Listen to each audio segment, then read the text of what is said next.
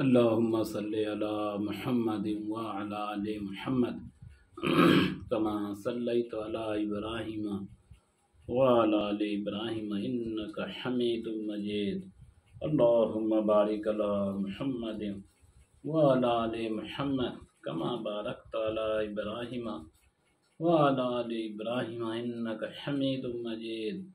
محترم بزرگوں، دوستوں اور ہمارے عزیز ساتھیوں، تعلیم کی اس مجلس میں ہم سب متوجہ خاص ہیں۔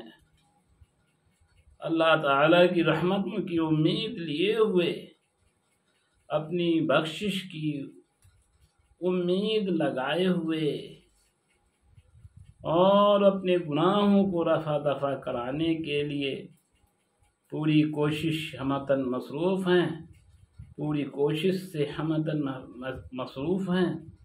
اللہ تعالیٰ ہماری کوششوں کو نوازے، وہ اللہ تعالیٰ ہماری کوششوں کو سراہے، پھر نواز دے، رتبہ عطا فرما دے۔ یہ اللہ تعالیٰ کے خزانے کی چیز ہے، اس کے مرضی کی چیز ہے۔ اگر وہ ایسا کر دے تو کون ماں کا لال ہے جو اس میں دخل کرے گا؟ تو آئیے ہم سب حدیث پاک کی تعلیم کرتے ہیں۔ نبی کریم صلی اللہ علیہ وسلم کا ارشاد ہے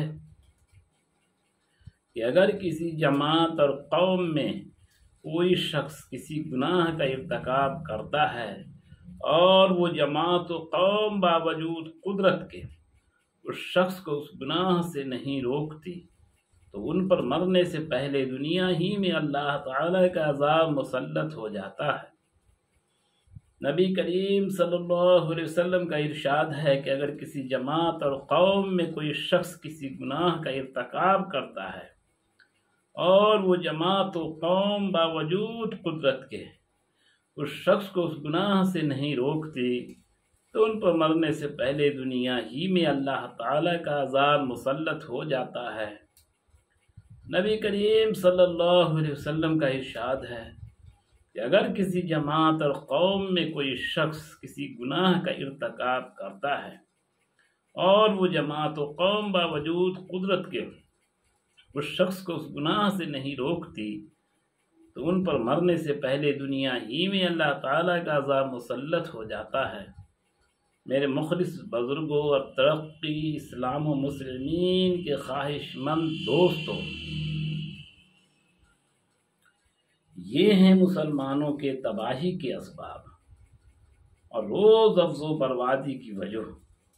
ہر شخص اجنبیوں کو نہیں، برابر والوں کو نہیں، اپنے گھر کے لوگوں کو، اپنے چھوٹوں کو، اپنی اولاد کو، اپنے ماتحتوں کو ایک لمحہ اس نظر سے دیکھ لے کہ کتنے کھلے ہوئے معاصی میں وہ لوگ مبتلا ہیں، اور آپ حضرات اپنی ذاتی وجاہت اور اثر سے ان کو روکتے ہیں یا نہیں۔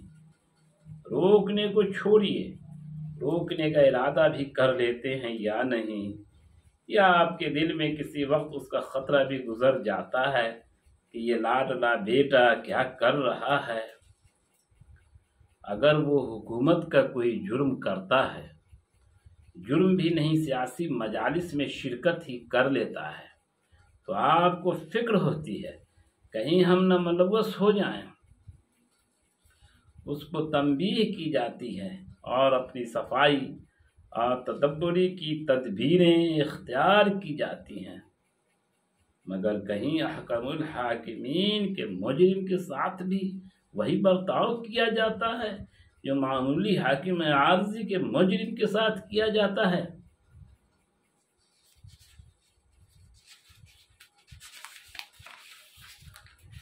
آپ خوب جانتے ہیں کہ پیارا بیٹا شطرنج کا شوقین ہے، تاش سے دل بہلاتا ہے، نماز کئی وقت کی اڑا دیتا ہے، مگر افسوس کہ آپ کے منہ سے کبھی حرف غلط کی طرح بھی یہ نہیں نکلتا کہ کیا کر رہے ہو۔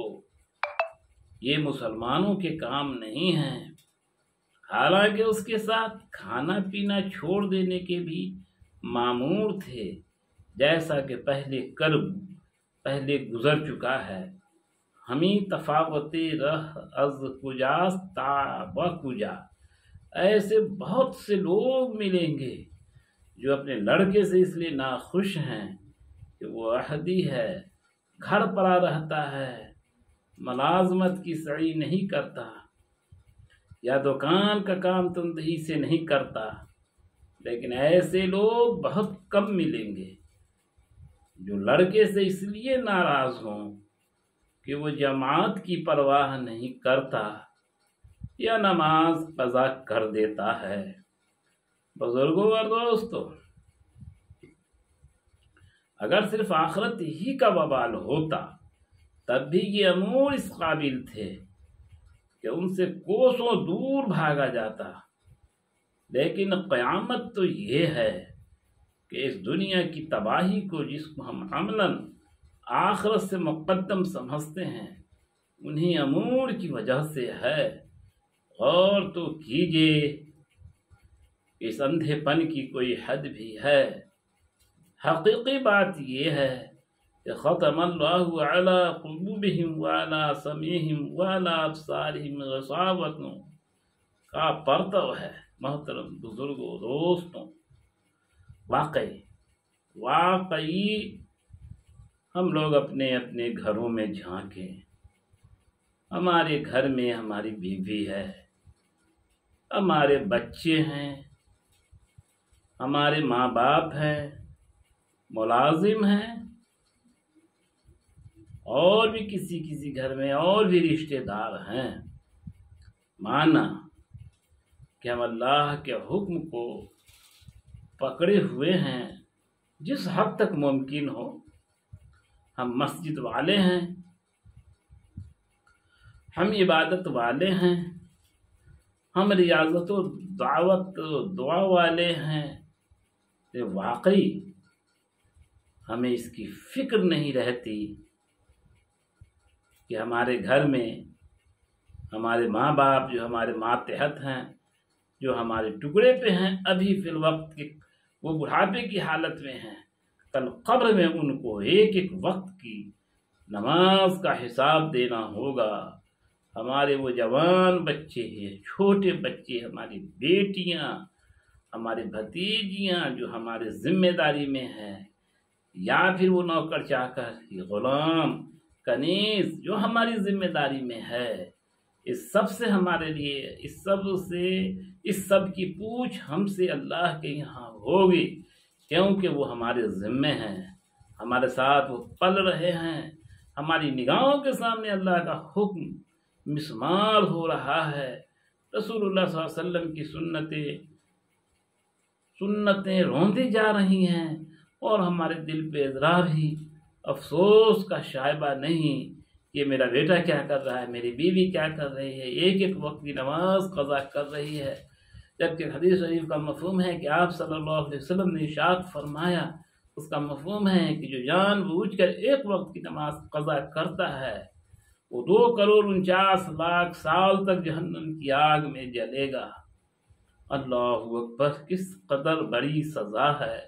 انگلی جل جاتی ہے تو جان نکل جاتی ہے، وہاں تو جان بھی نہیں نکلے گی، کتنی سخت سزائیں ہوں گی۔ یہ کمزور دل، یہ کمزور جان کیا برداشت کر سکے گا؟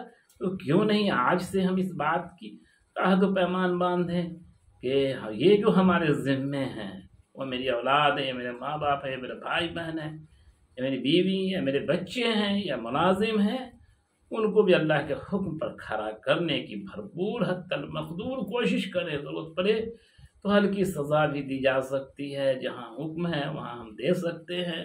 ہمارے بچے ہیں، بیٹے ہیں، کیوں نہیں ہم ان کو سزا دے کر ان کو راہ راست پر لائیں؟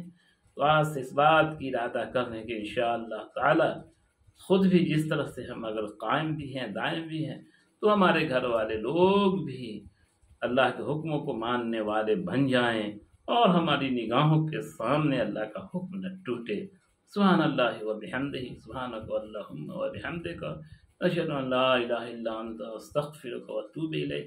سبحان ربک رب العزة عما یصفون والسلام علی المرسلین والحمد للہ رب العالمین.